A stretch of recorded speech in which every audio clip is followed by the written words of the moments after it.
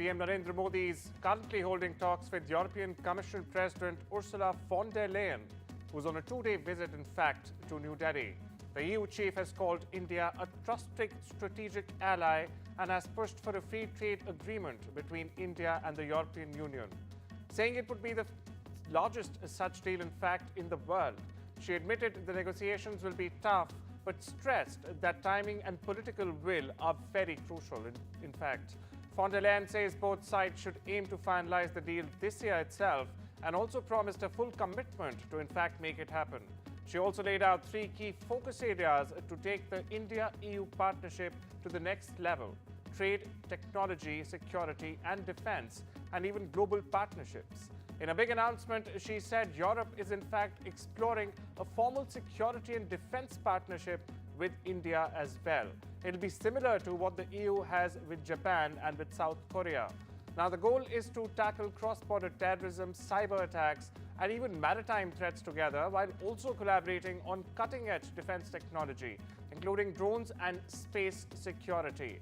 Now, the European Union and India have the potential to be one of the defining partnerships, in fact, of the 21st century, while pushing for a new era in relations between both the sides. Listen in.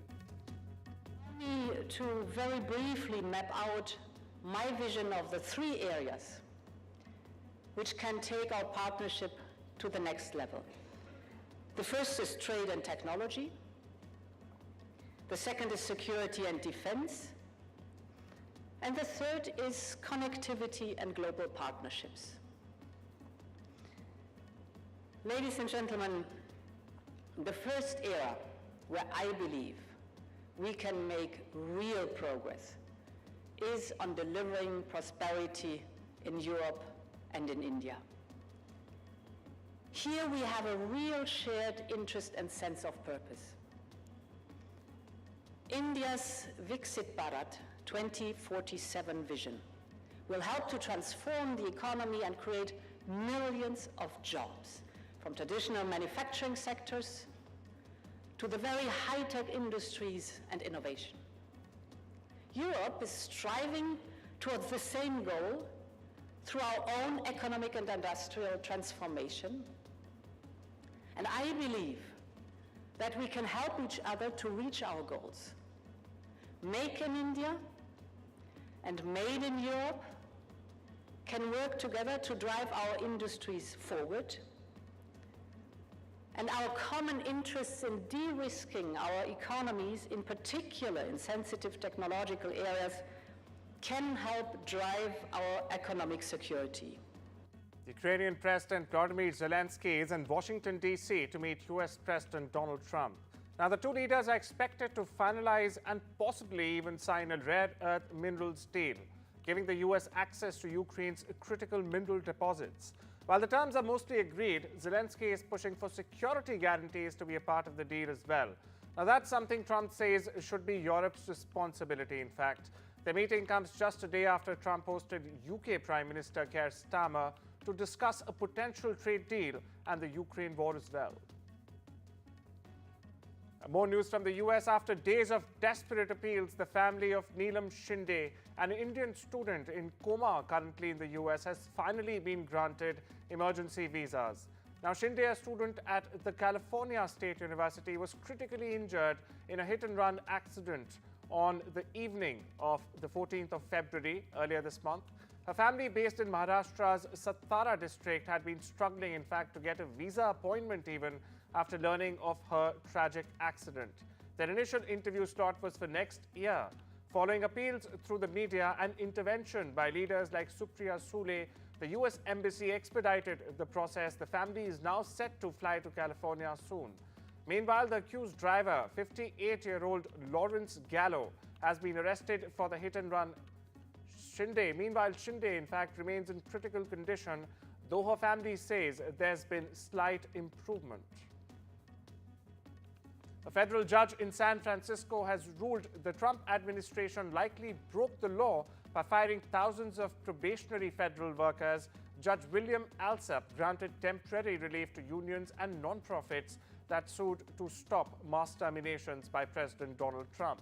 Now, the Office of Personnel Management, or the OPM as it's called, was ordered to tell agencies, including the Department of Defense, that it had no authority whatsoever to order the firings. The Trump administration argues only high-performing, mission-critical workers should, in fact, keep or retain their jobs, but unions say that the firings were based on false claims of poor performance. Now, this ruling comes as Trump pushes to shrink the federal workforce, calling it bloated and inefficient. Listen in to Luz Fuller. He's the local union president of American Federation of Government Employees. They're very angry and they're very upset because the reason that they're giving them is that they're being terminated same day with no notice and being locked out of their computers by the end of the day due to poor performance, when in fact, they do not have poor performance. They have excellent performance. They have outstanding performances. A lot of them are disabled veterans. That's not supposed to happen. They're supposed to have veterans preference in a reduction in force, but their records are not correct during onboarding. So because their records are not correct, they are being fired illegally from the VA hospitals. So they're not doing their due diligence to analyze and see what the impact's going to be on the organization or the departments overall.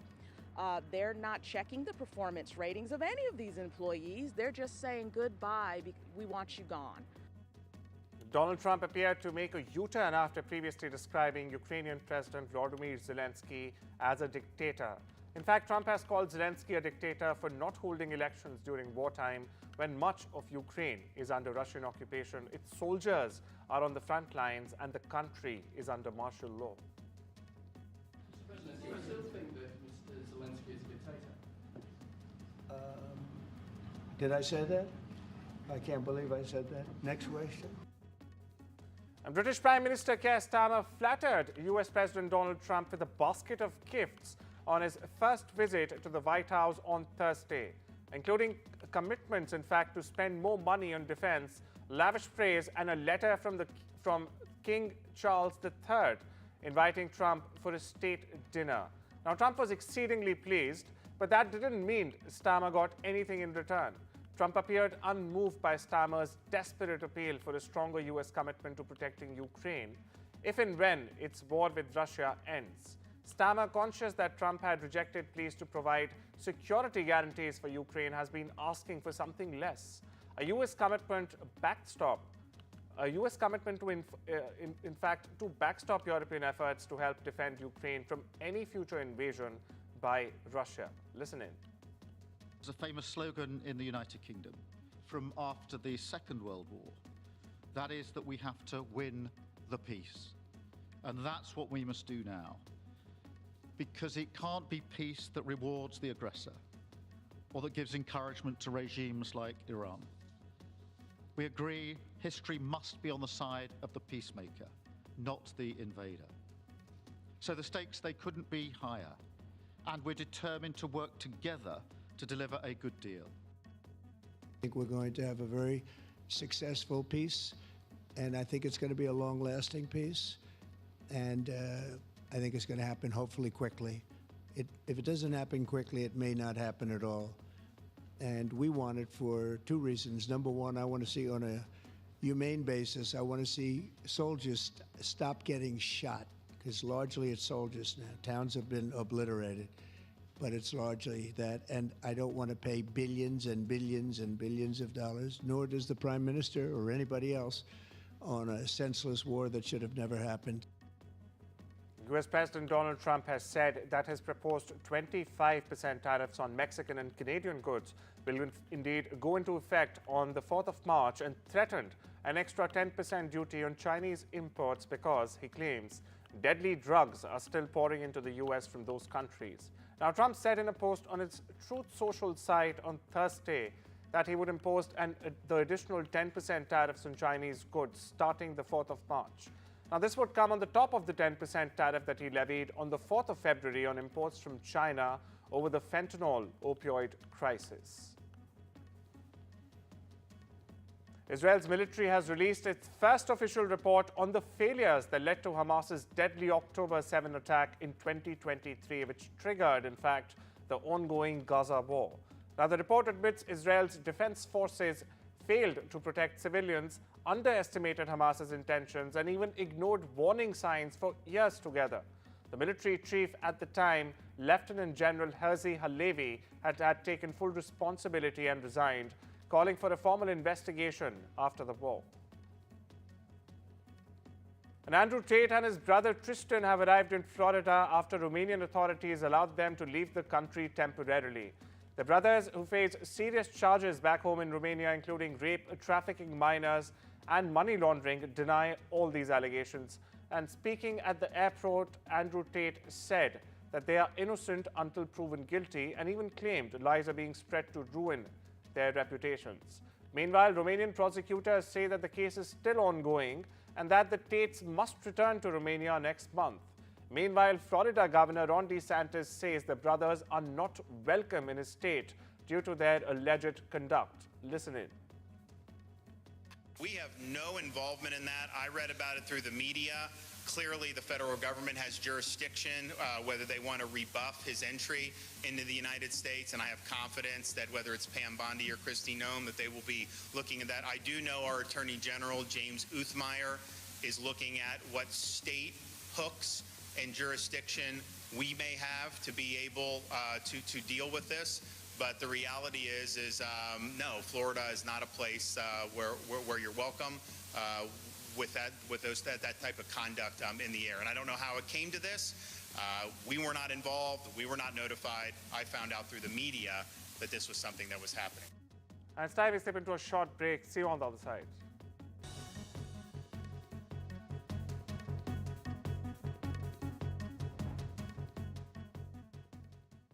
Wouldn't life be so much easier if you could control your blinds at the touch of a button? With Ultra Smart Blinds from Appeal, there's no chains, cords or wiring, because these stylish blinds are driven by a rechargeable power pack. New Ultra Smart Blinds from Appeal, the intelligent solution for home shading.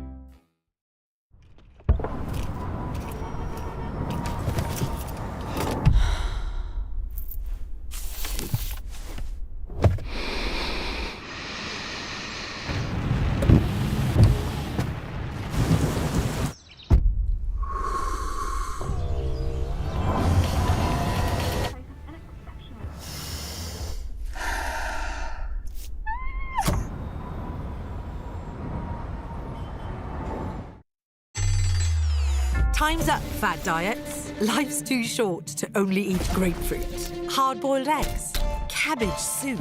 Ugh. Ditch the diet shakes, measuring tapes, and vibrating plates, and break free from fad diets with Voi. With its combination of clinically proven medication, personalised health app, and one-to-one coaching, join the weight loss revolution today at joinvoi.com. Rocky deserves a day off his guard duties. So we've got this. The Simply Safe home security system. Nice, eh? And affordable. Which shows the sensors. And HD cameras that work for us. It was really easy to install. So, no need for that, Rocky.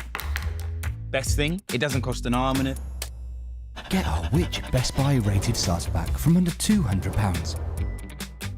There's no safe like Simply Safe. Reach and clean the impossible with the StarLife Crevice Brush from JML. The versatile cleaning solution for hard-to-reach areas that your standard cloths and brushes can't clean. Made with thousands of tough, durable bristles, its slim design makes it the perfect cleaning tool to tackle narrow corners, tight spaces, and hidden crevices in your kitchen, bathroom, and beyond. And with 2 in a pack, you can get the cleaning edge you need thanks to the StarLife Crevice Brush. Only $9.99 from Asda, Morrisons, Robert Dyas, Tesco, and JMLDirect.com. Who doesn't love a good deal? Meal deals. Be rude not to deals. Seal deals? Or a bit of deal or no deal? We've got free-to-play deals with no deposit required. And up to £1,000 to be won every day. Get that good deal feeling only at Tombola. We know travel can be confusing, so let us inspire you. Welcome to Qatar. Experience it all. World-class hospitality, diverse landscapes from city to sea, and fly there with the Airline of the Year 2022, Qatar Airways. Book now at travelup.com or call 0207 580 5000. Travel Up. Flights, hotels, holidays.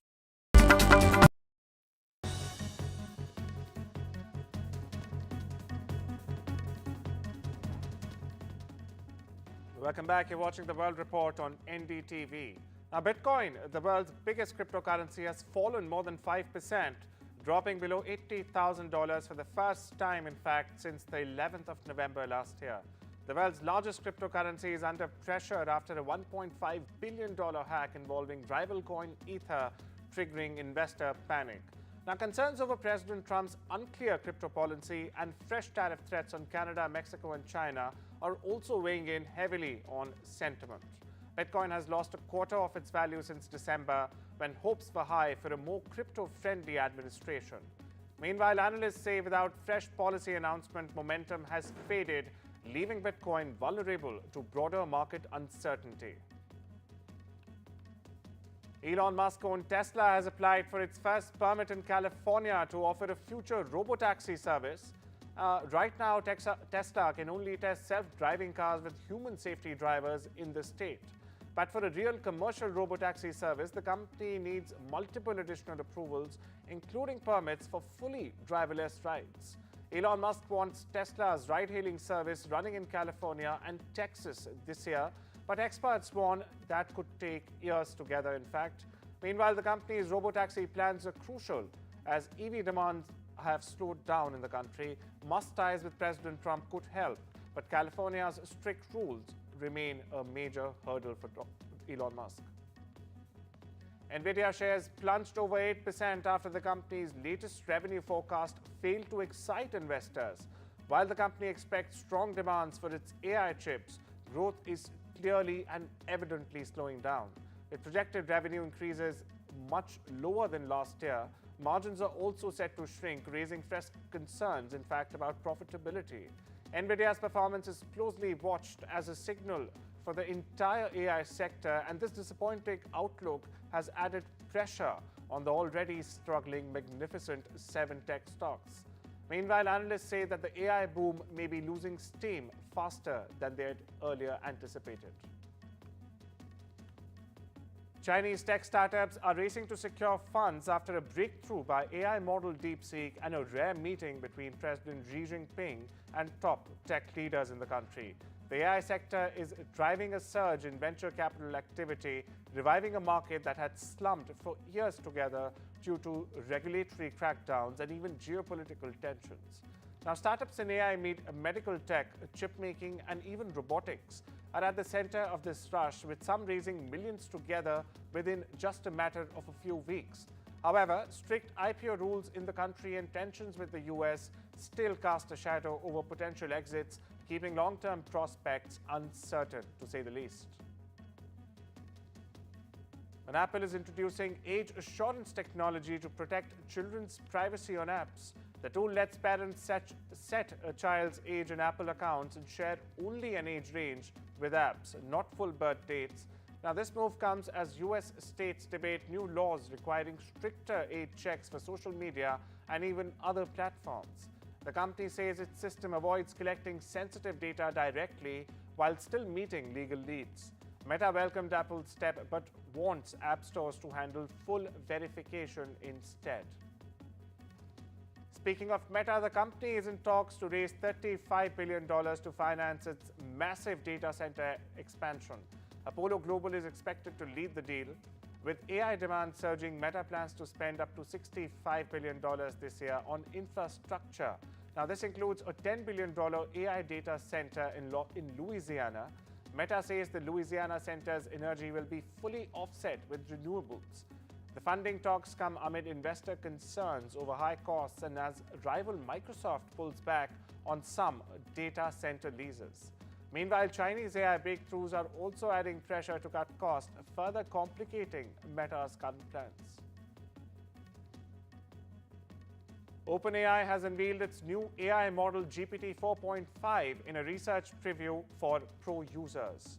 Full rollout to more paying users starts next week. GPT 4.5 promises sharper pattern recognition, improved creativity, and fewer hallucination errors while AI generates false information. CEO Sam Altman has called it a massive, expensive model, admitting OpenAI ran out of GPU capacity for a full release. Now, GPT 4.5 also supports image uploads and coding tasks. but advanced features like voice and videos aren't ready just as yet. The company has said it is ramping up its hardware quickly to meet surging demand as AI competition heats up globally. And in the world of cricket, it's a do-or-die clash for Afghanistan in the Champions Trophy as they take on Australia in their final group match at Lahore's Gaddafi Stadium. Now, Afghanistan needs to beat the two-time champion to secure a place in the semi-finals. After losing their opening match to South Africa, Afghanistan bounced back in style, in fact, knocking defending champions England out of the tournament with a thrilling 8-run win. This is Afghanistan's second major win over England in a 50-over ICC event after their upset victory in the 2023 World Cup. Meanwhile, as we speak, Afghanistan have won the toss and have chosen to bat first. Russian chess grandmaster Boris Spassky has died at the age of 88. Spassky was the 10th world chess champion, in fact, holding the title from 1969 to 1972. Before losing it to American Bobby Fischer in their famous Cold War showdown known as the match of the century. Spassky later moved to France and represented the country in 3 chess Olympiads. Tributes are pouring in from across the chess world, with former champion Anatoly Karpov calling Spassky an entire era in the game's history. British tennis star Emma Raducanu will return to action at the India Wells next week, her first tournament since a disturbing incident in Dubai, in fact. A man exhibited fixated behavior towards her and was removed from the stands during her match last week. Raducanu looked visibly shaken but continued to play, eventually losing the match. Dubai police meanwhile detained the man, but Raducanu decided to drop the charges. The WTA has now banned him from all its tournaments, and Raducanu will get extra security, in fact, at the Indian Wells tournament. Hollywood legend Gene Hackman and his wife Betsy Arakawa have been found dead at their home in New Mexico. Police say that the couple appeared to have been deceased for some time before they were discovered. While there were no signs of forced entry or a struggle, authorities have called deaths suspicious enough to investigate thoroughly. Prescription pills and a heater were found near the bodies, along with their dead dog in a bathroom closet. Toxicology tests have been ordered to determine the cause of the death. Now, Hackman, a 2-time Oscar winner, in fact, was remembered as one of Hollywood's greatest talents, with iconic roles in The French Connection and Unforgiven. The 97th Academy Awards cinema's glitziest night, they say, are set to take place on Monday, the 3rd of March in Los Angeles, Hollywood. It's not a particularly robust year for India. Lapata Ladies, the country's official submission for Best International Feature, did not even make the cut. Neither did several independent entries. Instead, Some Home still rests with Anuja, a 22-minute short film backed by Guneet Monga and Priyanka Chopra Jonas. The film has been nominated in the Best Live-Action Short Film category. There is also I Am Reddy Warden, a documentary short produced and directed by Smriti Manthara, an American director of Indian origin.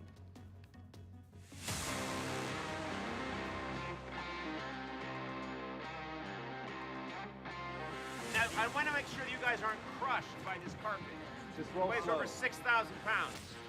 Here we go. I know this is, I'm doing this non-union and I'm in trouble. With just 2 days to go, preparations of Hollywood's biggest night are in full swing. The Dolby Theatre is buzzing with activity as the famous red carpet gets its grand rollout. Led by none other than this year's host, Conan O'Brien.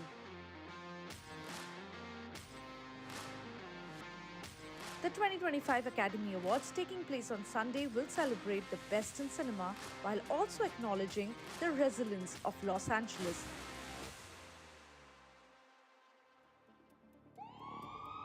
A city recently impacted by some of the worst wildfire in years.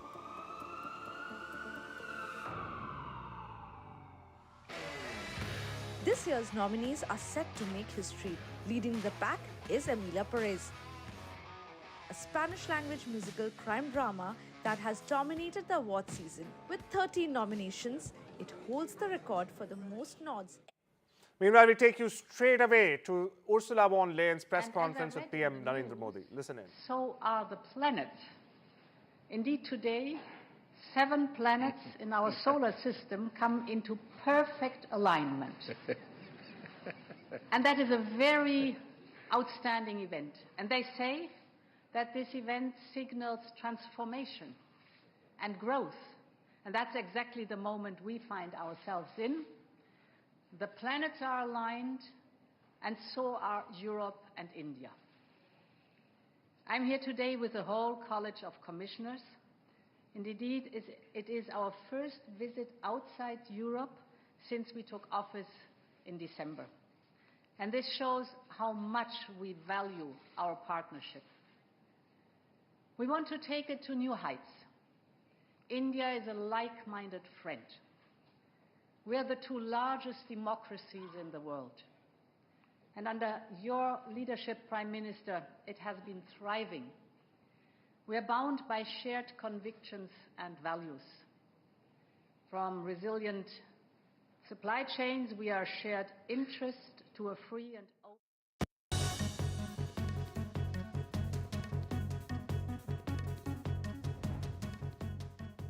With retirement round the corner, I want to spend more time with my family and less time worrying about the numbers. Which reminds me.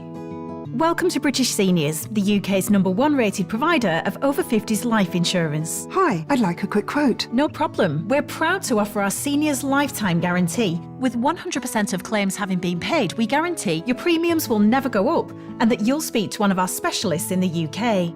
UK residents aged 50 to 80 are guaranteed to be accepted. Depending on your age, your loved ones can get a cash payout up to £10,000. And that money could help with funeral costs or even as a gift for the grandkids. I'll do it. Plus, when you sign up, you'll receive a £135 gift card and free 24/7 GP advice and health services. You got them all right. That's amazing. Be proud to protect your loved ones with British Seniors. To get a free quote today, call our UK team on 0800 977 5808 or visit britishseniors.co.uk. Sitting quietly while your car is made all shiny. Downtime can be just fine too. Ready meal is piping.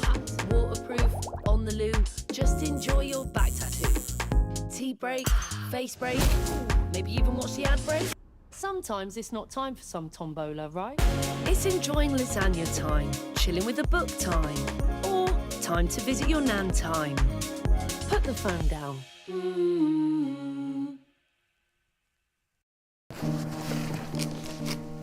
I'll fix him, love. Poor pet. Just shows you never know what's going to happen. Which reminds me, I need to protect the life we've built. That's why I'm looking into smart family life insurance. Hi, I'd like a quick quote, please. OK. You can choose a benefit amount up to £750,000, depending on your age.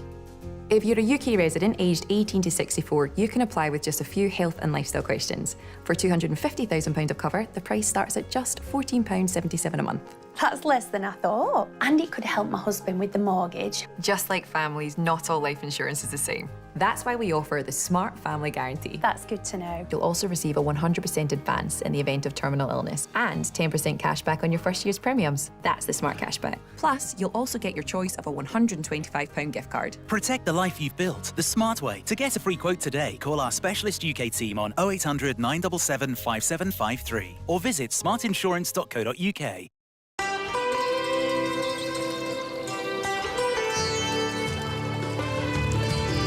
Sometimes it's the little things that remind us of them.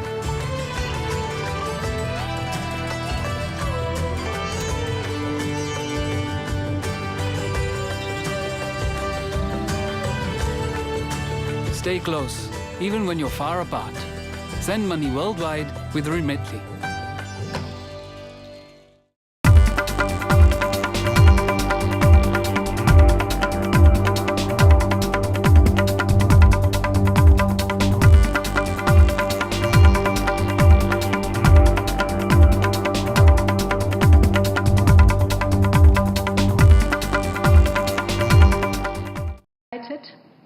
The advantages of a cooperative model for AI development, where the innovators have access to quality data and computing resources, And I'm glad to note that AI is a major focus of the Trade and Technology Council.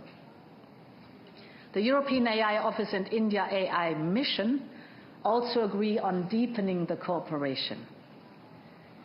And we will apply AI in the areas of natural hazards, climate change, and bioinformatics. AI should be at the heart of our strategic agenda. And the next AI summit hosted by you, Prime Minister, will take us forward. You can count on the European Union that this summit is going to be a big success. Our cooperation in the digital is not limited, of course, to AI. We are aligning and aiming at interoperability of our two digital public infrastructures, which are actually the world's largest and the world's most advanced.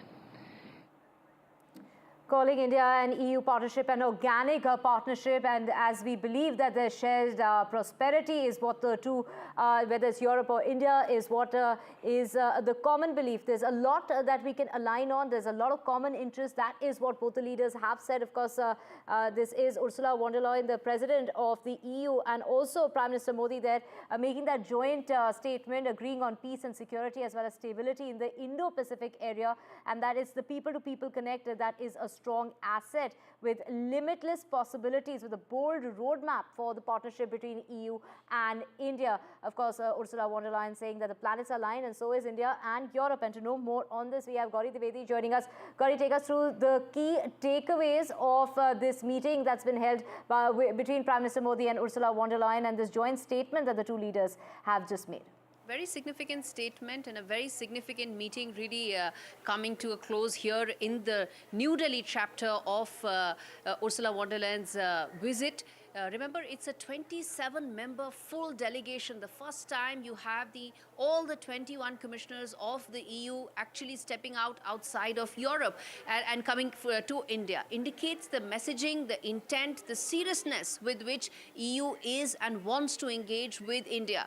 Remember, India is the fastest growing economy in the world, set to be the 4th largest by end of this year. So where do you go if you want to really be part of the global growth story? You have to come to India, which is why trade talks, which had sort of petered out in the last couple of years, have really got a fresh momentum. And something that Ursula von der Leyen also said, that she said that I want the trade negotiators to support